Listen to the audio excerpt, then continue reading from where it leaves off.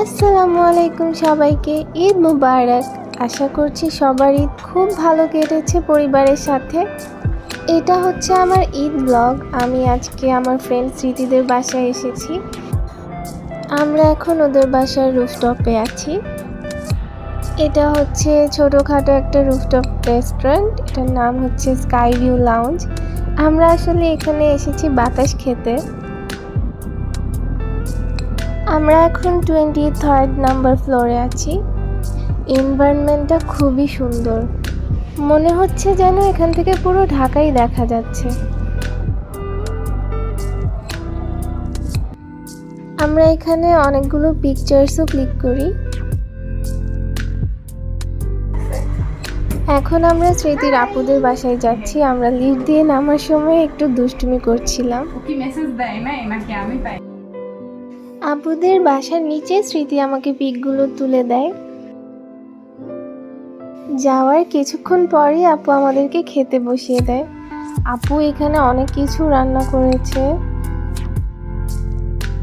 Lachha semai, fried rice, chicken roast, beef, তারপর fish, আর সাথে চাটনি ছিল যেটা খুবই ইয়াম্মি ছিল। আর এই সালাদটা স্পেশালি আমার কাছে অনেক ভালো লেগেছে, এটা ভাইয়া বানিয়েছিল। তো তারপর খাওয়া শেষে রুমে গিয়ে আন্টির সাথে অনেক গল্প করছিলাম অনেক দিন পর, আর কিছু পিকচার্সও ক্লিক করি তখন। ঈদ উপলক্ষে আপুর বাসার ছোট পিচ্চি দুটো আমাকে এটা দেয়। ওরা হচ্ছে অনেক সুন্দর করে ঈদ উইশ করে আমাকে। ওরা এখানে পুষ্প খালামণি লিখতে চেয়েছে হয়তোবা, কিন্তু অন্য কিছু একটা লিখে ফেলেছে। ওরা অনেক বেশি ছোট, এতটুকু যে ওরা করেছে এটাই আমার কাছে খুব বেশি স্পেশাল। How cute! আর আপুর কাছে সালামি পেয়ে তো আমি অনেক খুশি। নিজে যেটা বুঝছে সেটা বুঝছে, আম্মুকে বুঝানো যায় না। তারপর আমরা বাসা থেকে বের হয়ে যাই, কারণ ফাঁকা ঢাকা রিক্সা দিয়ে ঘুরতে কিন্তু অনেক মজা। তুই এই ভিডিও এরকমই হবে, তুই যত আমার মুখের দিকে দিবি আমি এটাকে এরকম করে রাখবো। কেন এত ছন্দ করো? এটাই একটা কন্টেন্ট। নর্মাল হলে হি করবো, এটা তো সবাই দেখবে, মানে এটা সবার মাথায় আসবে। সবার মাথায় যেটা আসবে না সেটা হচ্ছে এটা।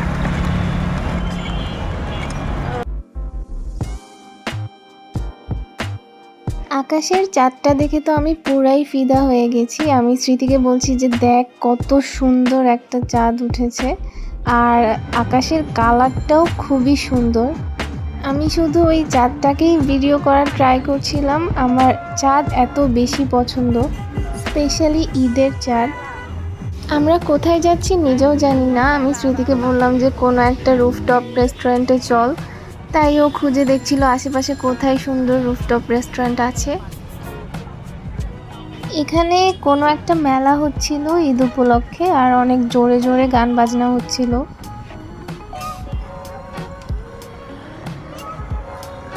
এটা ধানমন্ডির সীমান্ত সম্ভার শপিং মল, যেটা খুব সুন্দর করে লাইটিং করা হয়েছে। আমার কাছে রাতের লাইটিং করা ঢাকা খুব বেশি ভালো লাগে।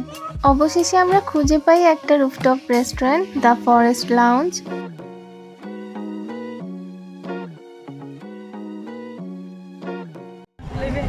এখানে দুইজন আন্টি বেলি ফুলের মালা সেল করছিল। আমার ফ্রেন্ডরা সবাই এই বেলি ফুলের মালা খুব পছন্দ করে। আমরা যখনই মিট করি আমরা এগুলো কিনবই, আর একজন আরেকজনকে পরিয়ে দিব। আমরা সবসময় দেখে এসেছি যে কাপলরাই একজন আরেকজনকে ফুল দেয়, কিন্তু আমরা ফ্রেন্ডরা এটা মনে করি না যে ফুল দিতে হলে কাপল হতে হবে। আমরা ফ্রেন্ডরা সবসময় যখনই মিট করি একজন আরেকজনকে ফুল দেই।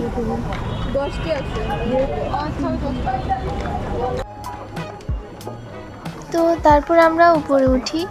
যেরকম ভেবেছিলাম তার থেকে অনেক বেশি ভিড়। এত ভিড় আমি এক্সপেক্ট করিনি। এত ভিড় যে আমি ঠিকমতো ভিডিও নিতে পারছিলাম না।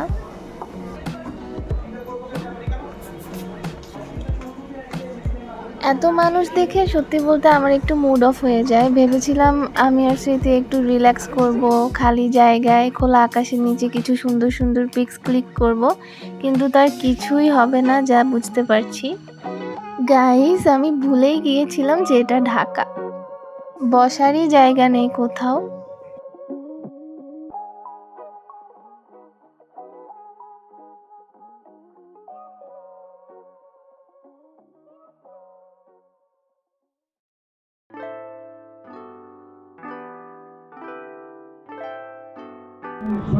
তারপর স্মৃতি আমাকে ওই মালাটা পরিয়ে দিচ্ছিল, আমিও স্মৃতিকে পরিয়ে দিই।